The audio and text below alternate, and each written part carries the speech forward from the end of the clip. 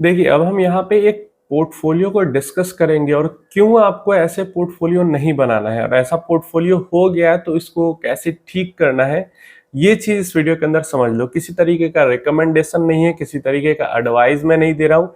Educational purpose के लिए video है यहाँ पे कि आपको समझना है कि क्या चीज़ें नहीं करनी है, क्या चीज़ें करनी है। खुद का पोर्टफोलियो बना रखा है पहले से या बनाना चाहते हो तो। एग्जाम्पल के लिए मैं यहाँ पे एक पोर्टफोलियो ले रहा हूँ जो कि यहाँ पे सोनिया रॉय जी का पोर्टफोलियो है। फेसबुक पे इनका कमेंट आया था।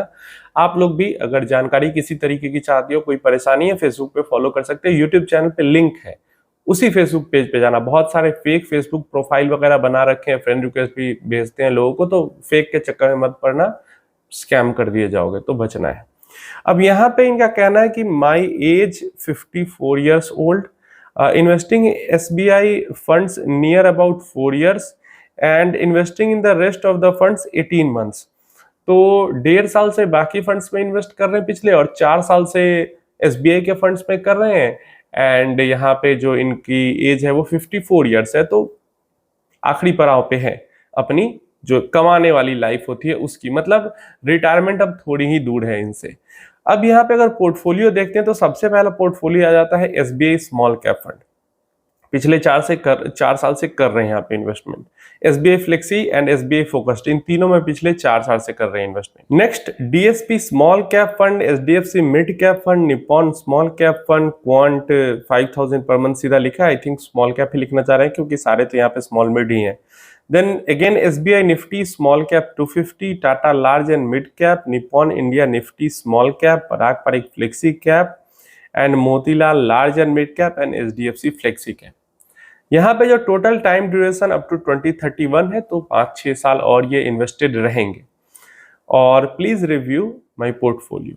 तो देखिए यहाँ से आगे के लिए, क्योंकि अब सही पोर्टफोलियो रहता तो कुछ छेड़छाड़ नहीं करते, स्मॉल कैप फंड के अंदर भी इन्वेस्टेड रहता तो, लेकिन यहाँ से आगे 6 साल इन्वेस्टेड रहना है। और जो पोर्टफोलियो है उसमें क्या क्या गलती है आने वाले 6 साल का जो ड्यूरेशन है, टाइम ड्यूरेशन, उसको लेकर वो चीज हम समझ लेते हैं। सबसे पहली गलती है too much small cap allocation. अगर आप देखोगे तो स्मॉल कैप SBI का भी स्मॉल कैप है, DSP का स्मॉल कैप है, SDFC का मिड कैप है, निप्पॉन का स्मॉल कैप, क्वांट का स्मॉल कैप, अगेन SBI का स्मॉल कैप इंडेक्स फंड है। इसके बाद अगेन इतने निप्पॉन का भी निफ्टी स्मॉल कैप इंडेक्स है। तो सबसे पहले तो एक्टिव फंड में भी इन्वेस्ट कर लिया है, स्मॉल कैप में ही, इंडेक्स फंड में भी इन्वेस्ट कर लिया है स्मॉल कैप में ही। दो इंडेक्स फंड स्मॉल कैप के ही लेकर रखे हुए हैं। देखिए स्मॉल कैप कैटेगरी में जो एक्टिव फंड्स है वो इंडेक्स से बेहतर परफॉर्म करते हैं लॉन्ग टर्म में, तो इसलिए स्मॉल कैप कैटेगरी में इंडेक्स की जगह एक्टिव फंड्स को चुनना ज्यादा बेटर चॉइस है। लेकिन इस पोर्टफोलियो की जब हम बात करते हैं तो यहाँ पे स्मॉल कैप नहीं होना चाहिए। क्यों, मैं आगे वीडियो के अंदर बात करता हूँ। अब देखिए इसके अलावा एक ही कैटेगरी के और कितने फंड्स हैं, जैसे SBI का फ्लेक्सी कैप भी ले लिया है, उसके अलावा पराग पारिक का भी फ्लेक्सी कैप ले लिया है, उसके अलावा SDFC का भी फ्लेक्सी कैप ले लिया है, टाटा का भी लार्ज एंड मिड कैप ले लिया है, मोतीलाल का भी लार्ज एंड मिड कैप ले लिया है। तो एक ही कैटेगरी के कई कई फंड्स भी यहाँ पे ले लिए गए हैं जिसकी जरूरत नहीं थी। यहाँ पे सबसे पहली बात, आगे 5 से 6 साल अगर मुझे इन्वेस्टेड रहना है तो मेरा जो मेजॉरिटी ऑफ जो पोर्टफोलियो है वो लार्ज कैप साइड में होना चाहिए। 50% प्लस जो पोर्टफोलियो, 50 से 60% पोर्टफोलियो लार्ज कैप साइड में रहना चाहिए। 30 से 40% पोर्टफोलियो मिड स्मॉल मिला के होना चाहिए, इसके अंदर कोई दिक्कत नहीं है।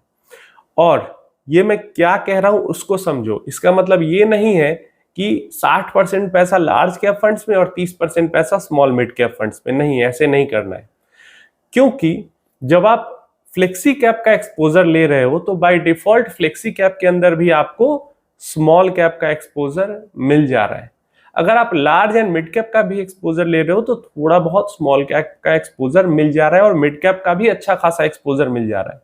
या फिर मल्टी कैप भी फंड लेते हो तो आपको अच्छा खासा एक्सपोजर मिल जाता है मिड स्मॉल का। तो 5 साल 6 साल का जो टाइम पीरियड होता है, अगर कोई गोल है उसके लिए, तो मैं बिल्कुल भी नहीं कहूंगा, ये बिल्कुल सुटेबल ही नहीं है कि प्रॉपर स्मॉल कैप फंड में इन्वेस्ट किया जाए 5-6 इयर्स के लिए। तो सबसे पहली गलती पोर्टफोलियो के अंदर आप लोग अगर करते हो ऐसा, तो ये है इस भी पोर्टफोलियो में और आप लोग में भी, कि 5-6 इयर्स के टाइम पीरियड के लिए भर भर के स्मॉल कैप फंड उठा लिया। तो इस पोर्टफोलियो को अगर मुझे रीबैलेंस करना हो, ठीक करना हो, तो मैं कैसे ठीक करूंगा? सबसे पहले तो मैं सारा स्मॉल कैप जो है उसको एग्जिट मार दूंगा, सारा स्मॉल कैप रिडीम कर लूंगा। उसके बाद अब क्योंकि एसबीआई फ्लेक्सी कैप फंड पुराना फंड है, इसके अलावा यहाँ पे पराग पारिक भी है जो कि काफी अच्छा परफॉर्मिंग एक लार्ज कैप फंड भी कह सकते हो, फ्लेक्सी कैप कैटेगरी का है लेकिन लार्ज बायसनेस रहती है, एचडीएफसी में भी लार्ज बायसनेस रहती है और दोनों काफी बढ़िया फंड है।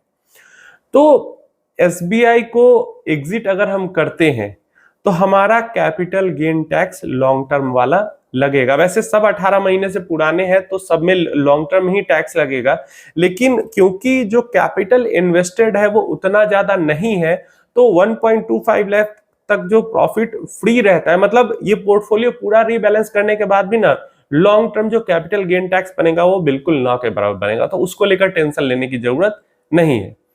तो HDFC flexi cap fund and Parag Parikh flexi cap fund, दो फ्लेक्सी कैप फंड हो जाते हैं। इसके अलावा Tata large and mid cap fund हो जाता है और मोतीलाल का भी large and mid cap fund हो जाता है, दो लार्ज एंड मिड कैप हो गए।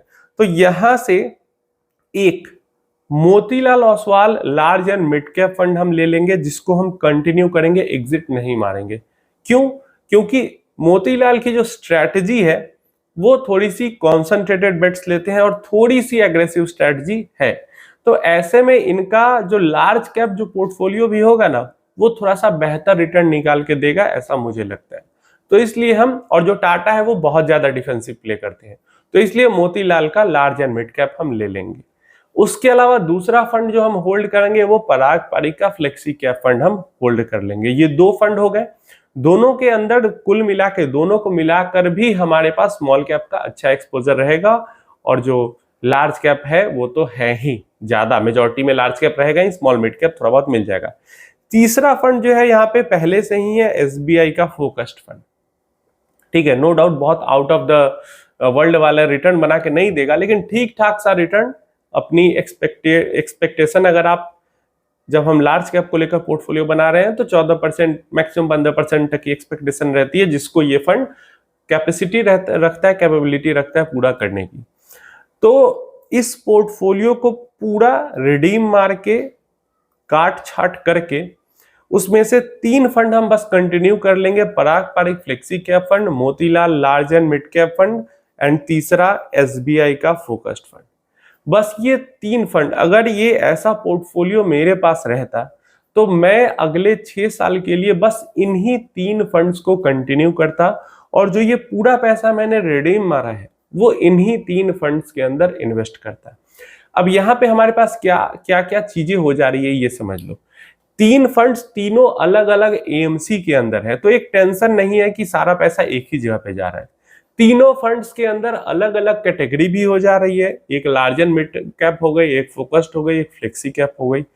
तीनों जो है बहुत ज्यादा एग्रेसिव स्मॉल कैप को लेके जा नहीं सकते, इनको लार्ज कैप में रहना पड़ेगा क्योंकि कैटेगरी ही वैसी है, तो लार्ज कैप में रहना पड़ेगा, तो स्टेबिलिटी रहेगी पोर्टफोलियो में, और समय कम है, वॉलेटिलिटी एब्जॉर्ब करने का टाइम हमारे पास कम है, तो हमें चाहिए पोर्टफोलियो में रिटर्न से ज्यादा स्टेबिलिटी।